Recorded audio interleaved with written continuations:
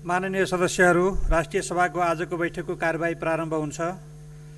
माननीय सदस्यहरू, शून्य समयमा बोल्नको लागि माननीय सदस्यहरूको नाम प्राप्त भएको छ।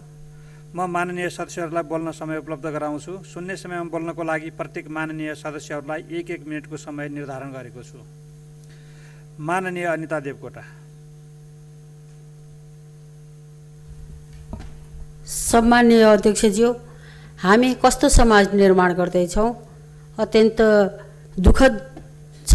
नवराज विकको अपराधपछि हत्याको घटना सिलाउन नपाउँदै सप्तरीमा सदा भन्ने दलित महिलालाई बोक्सीको आरोपमा मरणासन्न गरी कुटपिट गरियो र पीडित पक्ष उजुरी दर्ता गर्न जाँदा स्थानीय तहले यो मिलमिलाप गर्ने हो, उजुरी दर्ता गर्ने होइन भने ऊ दर्ता गर्न मानेको छैन।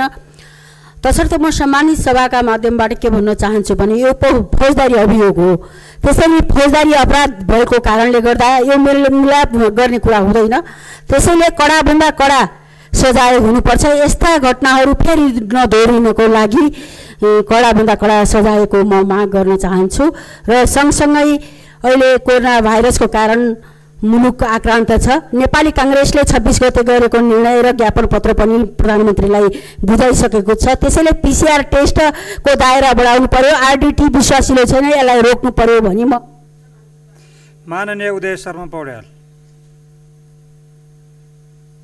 सम्माननीय अध्यक्षज्यू, विश्वव्यापी रूपमा फैलिएको कोभिड-19 महामारी नेपालमा पनि दिन प्रतिदिन बढ्दै गएको, बेरोजगारी र भोकबाट समेत प्रताडित हुनु परेको दुःखद अवस्था छ। यही जेठ 26 गते अछाम जिल्लाको बयलपाटा अस्पतालमा रोजगारी खोसिएका सिद्धार्थ आउसीले आत्मदाह गरेका छन्। वीरगञ्जको नारायणी अस्पतालले 100 जना भन्दा बढी कर्मचारीको रोजगारी खोसेको छ। यस्ता अरू धेरै उदाहरणहरू छन्। सम्माननीय अध्यक्षज्यू, दैनिक ज्यालादारी श्रमिक करार सेवामा कार्यरत कर्मचारी, निजी स्रोतमा चलेका मावि र उच्च माविका शिक्षकहरूको रोजगारी खोज्ने काम भएको छ। उनीहरूको अवस्था दयनीय हुँदै गएको छ। यस्तो विषम परिस्थितिमा श्रमिक मजदुर कर्मचारीहरूलाई बिचल्ली पार्ने काम नगरियोस् भन्ने अध्यक्षज्यू मार्फत सम्बन्धित निकायको ध्यान आकर्षण गराउँछु। धन्यवाद। माननीय कोमल ओली। अध्यक्ष महोदय,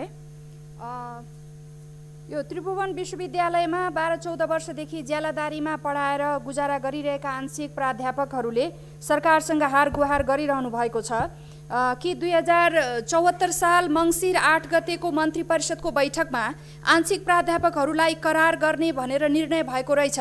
आंशिक प्राध्यापकहरूले त्यो अविलम्ब कार्यान्वयन गर्न माग गरिरहनु भएको छ। शिक्षा मन्त्रालयले यसबारेमा के सोचेको छ?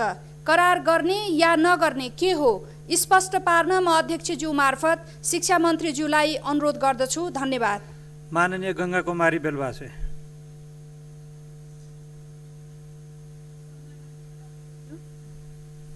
हिजो कर्णाली नदीमा एउटा भयावह दुर्घटना घट्यो। त्यसमा पनि टिप्परमा जनसमुदायलाई बोकेर लगिएको छ।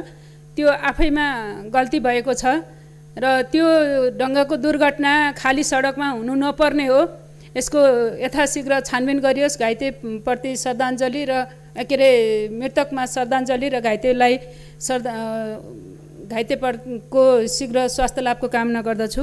अर्को, अहिले लकडाउनलाई खुकुलो गर्ने भन्ने आइसकेपछि महानगर र साझा जस्ता सरकारको स्वामित्व भएका यातायातहरू चलाउनु पर्छ। निम्न मध्यम वर्गहरूलाई असाध्य अप्ठ्यारो परेको छ। लकडाउन खुल्ने बित्तिकै केही न केही चहलपहल आफ्नो दैनिक जीवनका कामहरू अगाडि बढ्ने भएको हुनाले नगरहरूले चलाएका यातायातहरूलाई व्यवस्थित गरेर चलाउन अनुरोध गर्दछु। हस्, धन्यवाद। माननीय चक्र प्रसाद स्नेही। सम्माननीय अध्यक्षज्यू, अछामको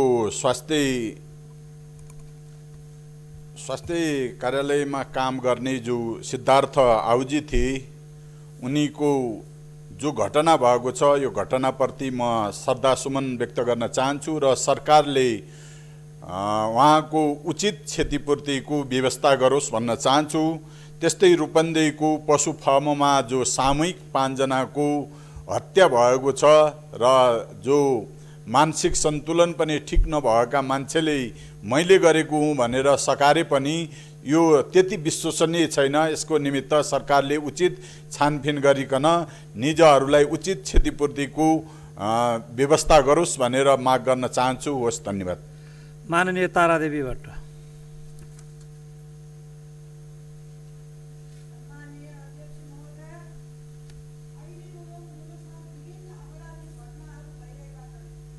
बेलबारी छोराले आमा मारेको, अछामको अस्पतालमा आगो लगाई आत्महत्या गर्नुको पछाडि यो के कारण हो? दोषी को हुन्? रूपन्देहीको तिलोत्तमा 10 मा पशुपन्छी फार्ममा 5 जनाको विभत्स हत्या भएको छ। लकडाउन अवधिमा थुप्रै अरू यस्ता हत्या र आत्महत्याहरू भएका छन्। यी घटनाहरूको प्रभावकारी रूपले अनुसन्धान नभएको जनगुनासो आएकोले सत्य तथ्य राम्रोसँग छानबिन होस् र दोषीमाथि कडा कारबाही होस् भन्ने सरकारसँग माग गर्दछु। सम्मान्य अध्यक्ष महोदय, कोभिड-19 को महामारीमा लकडाउन अवधिभरको सरकारले नेपालभर विद्युत महसुल भारी छुट र मिनाहा गरिने निर्णय गर्यो, तर व्यवहारमा विद्युत महसुल काउन्टरले धमाधम पुरानै तवरले महसुल उठाइरहेका छन्। यसमा व्यापक जनगुनासो छ। यो कस्तो सरकार हो? आफैले गरेको निर्णय कार्यान्वयन गराउन नसक्ने, फेरि पुनः सम्मानित सदन मार्फत सरकारको ध्यानाकर्षण गराउँछु। यसै गरी नेपाल टेलिकमले 100% छुट दिने भनेकोमा 1% पनि छुट छैन। जनता मार्कामा परेको हो।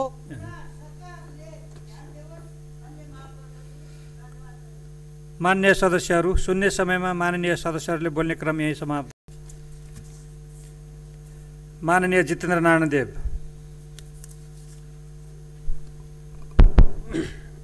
माननीय सभापति, माननीय सम्माननीय अध्यक्ष महोदय,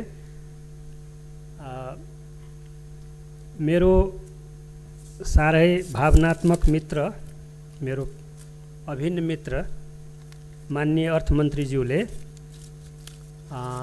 अस्ति विनियोजन विधेयकको सन्दर्भमा रोस्ट्रमबाट बोल्ने बेलामा बडो भावुक भएर मेरो अभिन्न मित्र एकजना माननीयजीले आगामी आर्थिक वर्षमा 7% को जीडीपी ग्रोथ रेट भयो भने म राजनीति नै छोडिदिन्छु भनेर भन्नुभयो र म अर्थमन्त्री मैले त 7% जीडीपी ग्रोथ रेट जसरी भए पनि प्राप्त गर्नुपर्ने छ। त्यसकारणले म त साह्रै असमञ्जसमा परे, डिलेमामा परे।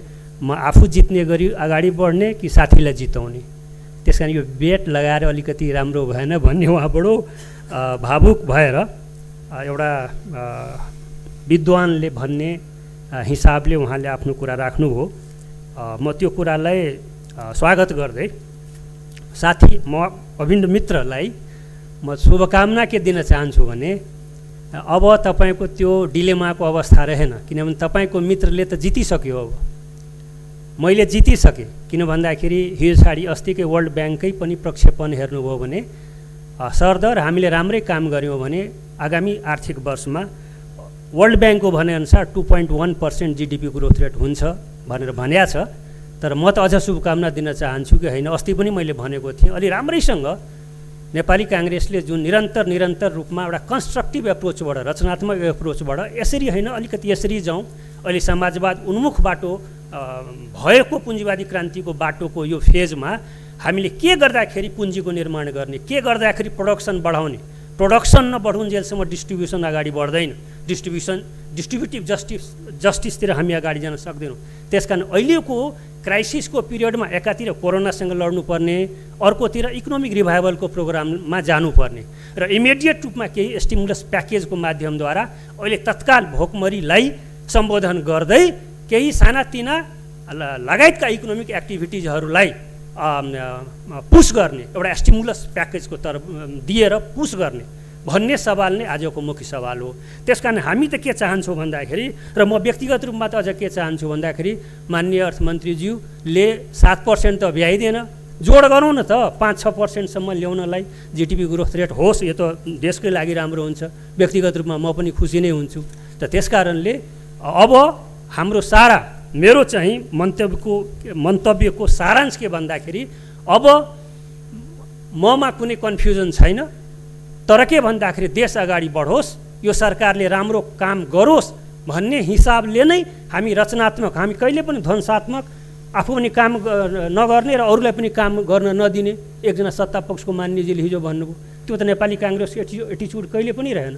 हामी त बाटो देखाइराखेका छौँ। यो मुलुकमा 101 अर्थशास्त्रीहरू छन्।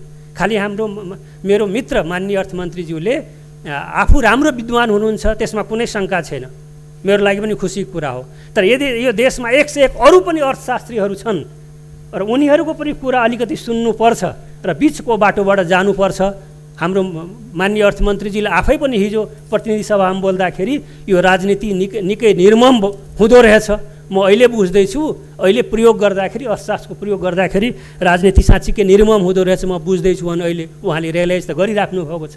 त्यसकारण हाम्रो एप्रोच भने के भन्दाखेरि अहिलेको सन्दर्भमा अहिले जे सिद्धान्त र प्राथमिकताको बारे हामी छलफल गऱ्यौँ र त्यसको आलोकमा जे बजेट पेश भएको छ, विनियोजन भएको छ, त्यो चाहिँ थ्योरेटिकली पनि र प्रायोरिटी बेसिसमा के छ भने कहाँनिर ठुलो ड्रब्याक छ, कमजोरी छ भन्दाखेरि जुन सेक्टरमा बढीभन्दा बढी प्रायोरिटी दिनुपर्ने थियो त्यो सेक्टरमा प्रायोरिटी परेन। एउटै उदाहरण म दिन चाहन्छु, 5 मिनट मात्रै छ। त्यस कारणले हामी यही नेपाल हो नि, हिजो हामीले धान चामल निर्यात गर्थ्यौँ, ओभर प्रोडक्सन त थियो नि, कन्जम्सनभन्दा बढी अवस्था त थियो नि, ओभर प्रोडक्सन थियो, धान चामल निर्यात कम्पनी नेपालले खडा गरेको थियो। के रिजन हो कि आज हामी धान चामल चाहिँ आयात गरिराखेका छौँ? यसको विहङ्गम डेप्थ गम्भीर विश्लेषण नेपालका अर्थशास्त्रीहरूले या सत्तापक्षले या हामी कसैले पनि यसको चाहिँ गम्भीर विश्लेषण गरेका छौँ कि के हो यसको पछाडिको रिजन। प्रोडक्सन किन घट्यो, प्रोडक्टिभिटी किन घट्यो, कहाँनिर एग्रिकल्चर पोलिसीमा हाम्रो चाहिँ कमजोरी रह्यो।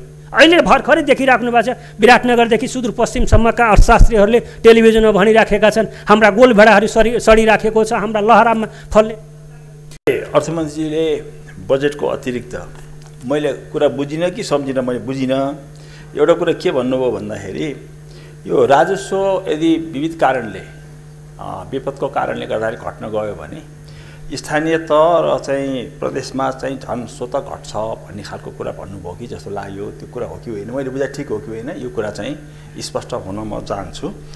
र यदि यस्तो हो भने प्रदेश र स्थानीय तह मार्फत जुन विकासमा सहयोग पुग्ने, योगदान पुग्ने हो, त्यो झन् कम हुन्छ भन्ने कुरालाई मैले नीतिगत रूपमा राख्नुपर्ने भयो। दोस्रो कुरा, यो हाम्रो आर्थिक दिशा अहिले चाहिँ भर्खरै मभन्दा अगाडि मान्य जितेन्द्र देवजीले भन्नुभयो कि हाम्रो आर्थिक दिशाको मूल आधार अहिले जति नेपाली जनसङ्ख्या जति रोजगारमा छन् त्यसको सबभन्दा ठुलो सङ्ख्या चाहिँ अहिले पनि कृषिमा छ। र कृषिलाई रोजगारीको यदि मुख्य ठाउँ हो भनेर मान्ने हो र विशेष गरेर अब भारतबाट आएका र चाहिँ अरू मुलुकबाट पनि नेपाल फर्किन राखेका जुन नेपालीहरू छन् तिनलाई रोजगारीमा लगाउने हो भने कृषिलाई व्यवसायीकरण नगरी हुने छैन। र व्यवसायीकरण गर्ने सम्बन्धमा मलाई दुःखका साथ के भन्नुपर्छ भने यो बजेटले पटक्कै अगाडि बढेन। जस्तो म उदाहरणलाई भनौँ न, धानबाली लगाउने बेला भएको छ, अब मलमा एक त 5% को चाहिँ त्यो ट्याक्स लगाइदिएछ भन्नलाई भन्नुभयो। अस्ति मन्त्रीजीको म ध्यान दिएर सुनेको छु। यो उद्योगमा पनि यो खर्च हुन्छ, त्यसमा लगाएको हो, त के कृषि त्यसभन्दा बाहेक छ? त्यो त छैन नि। त्यसै गरेर अर्को एउटा कुरा, यो फ्लोर प्राइस नतोक्ने हो भने व्यवसायीकरण हुन्न। फलफुलमा होस्, तरकारीमा होस्, पोल्ट्रीमा होस्, मासुमा होस्, माछामा होस्, यसमा यदि हामीले चाहिँ व्यवसायीकरण गर्नलाई फ्लोर प्राइस सरकारले तोकेर त्यो किनिदिने ग्यारेन्टी गर्दैन भनेदेखि कुनै पनि हालतमा कृषि माथि लाग्दैन। कृषि उँभो नलागिकन व्यवसायीकरण हुन्न। र यसो गर्नको लागि सबभन्दा पहिलो शर्त के हो भनेदेखि यसको चाहिँ भण्डारण हो। भण्डारणको व्यवस्थाको निम्ति सरकारले एकदमै हल्कासँगले के छ भन्दाखेरि सहकारी र यिनको माध्यमबाट खोलिने भण्डारणलाई चाहिँ हामी चाहिँ लगानी गर्ने मद्दत गर्छौँ भनेको छ। सरकारले यो वर्षमा कम्तीमा पनि के छ भने भण्डारणको क्षेत्रमा यसमा चाहिँ अगाडि बढ्नुपर्ने थियो। प्रदेशै पछि भण्डारणको चाहिँ कामहरू गर्छु भनेर भन्न सक्नु पर्थ्यो, गरेन र आफ्नो दायित्व अरूमाथि पन्छाउँदै गइरहेको छ र यो असाध्यै नै त्रुटिपूर्ण काम भइरहेको छ भन्ने मलाई लाग्छ। त्यसपछि अर्को एउटा पाटो पनि छ, जहिलेसम्म आपूर्तिको व्यवस्था ठिकसँगले मिलाइँदैन त्यतिखेरसम्म गोलबाडा सडिरहन्छन्, तरकारी सडिरहन्छन्, फलफुलहरू जहाँको छ त्यहीँ रहिरहन्छन्, अन्नबालीहरू चाहिँ के छ भने एकदम कम मोलमा बेच्नुपर्ने हुन्छ, त्यतिखेरसम्म पनि व्यवसायीकरण हुँदैन। एउटा कुरा यो मैले ध्यानमा राखेँ। अर्को एउटा कुरा चाहिँ के छ भने यसैसँग जोडिएको एउटा गेम चेन्जर योजना थियो जुन चाहिँ सुनकोशी मरिनवाला 2 नम्बर प्रदेशको लागि। त्यसमा नीति र कार्यक्रममा लेखिएको कुरा र बजेटमा लेखेको कुरा ठुलो अन्तर भयो। त्यसमा के भनियो भन्दाखेरि टनल पनि बनाउने र चाहिँ के छ भन्दाखेरि हेडवर्क्सको काम पनि सुरु गर्ने भनिएकोमा यसपटक 2 अरब चान्सुन पैसा राखिदिया रहेछ। तिनको प्रोजेक्ट म्यानेजरले के भनिसक्नु भन्दाखेरि यो त मुआवजा दिन नि पुग्दैन, सडक बनाउनु छ, ट्रान्समिसन लाइनलाई फेर्नु छ, यी सब कुराहरू गर्न त अत्तो पत्तो छैन भनेर भन्नुभएको छ। यस किसिमको ढाँट र छल चाहिँ यो उपयुक्त भएन भन्ने मलाई लाग्छ। र त्यसपछि के रोजगारीको समस्यामा अर्को पनि एउटा कुरा भन्छु, भएका रोजगारीहरू घुम्दै जाने र चाहिँ के छ भनेदेखि चाहिँ नयाँ थप गर्न नसक्ने हो भनेदेखि के हालत होला। जस्तो म एउटा मात्रै उदाहरण दिन्छु, किनभने अब 5 मिनटको समयको हुनाले गर्दा एउटा उदाहरण दिएर भन्छु। अहिले प्राइभेट स्कुलहरू एकदम तिनीहरू सेवा उद्योग हुन्, प्राइभेट स्कुल चाहिँ के छ भने एकदम खराब हालतमा छ। तिनलाई अरू सेवा उद्योगलाई सरह चाहिँ राहत दिने कि नदिने भन्ने प्रश्न आइसक्यो। त्यसमा 2 लाखदेखि 3 लाख मान्छेसम्म तिनीहरू काममा छन्, रोजगारमा छन् भनेदेखि यो कुरामा सरकारले त्यो दायित्व वहन गर्छ कि गर्दैन यो पनि एउटा ख्याल गर्नुपर्छ। र लास्टमा एउटा कुरा राख्छु, हाम्रो कार्यकारी अधिकार चाहिँ के छ भने मन्त्री परिषदमा छ भन्ने ठान्छौँ, तर राष्ट्रपति कार्यालयलाई यो कार्यकारी भूमिका दिन लागेको हो जस्तो लाग्छ शिक्षा सम्बन्धी कुरामा। किनभनेदेखि त्यो कुरा चाहिँ शिक्षा सम्बन्धी कुरामा भौतिक आयोजनाहरू सम्पन्न गर्नको निम्ति यो चाहिँ के छ भने राष्ट्रपति कार्यालयलाई राष्ट्रपतिज्यूलाई चाहिँ के छ मुस्ने हिसाबबाट यदि राख्ने हो भने प्रश्न के उठ्छ भने राष्ट्रपतिजीलाई नतानियोस् भन्ने प्रधानमन्त्रीजीको आग्रह सम्भव छैन। यहाँ अरबौँ रुपियाँ नाम चाहिँ राष्ट्रपति कार्यालयबाट बाँडिने, तिनको बारेमा चाहिँ प्रश्न उठ्यो भनेदेखि राष्ट्रपतिको कार्यालय तानिँदैन। यो काम गर्नुहुन्छ कि हुँदैन, यसमा पनि अर्थमन्त्रीले जवाफ दिनुभयो, बेस हुन्थ्यो। धन्यवाद। माननीय प्रमिला कुमारी।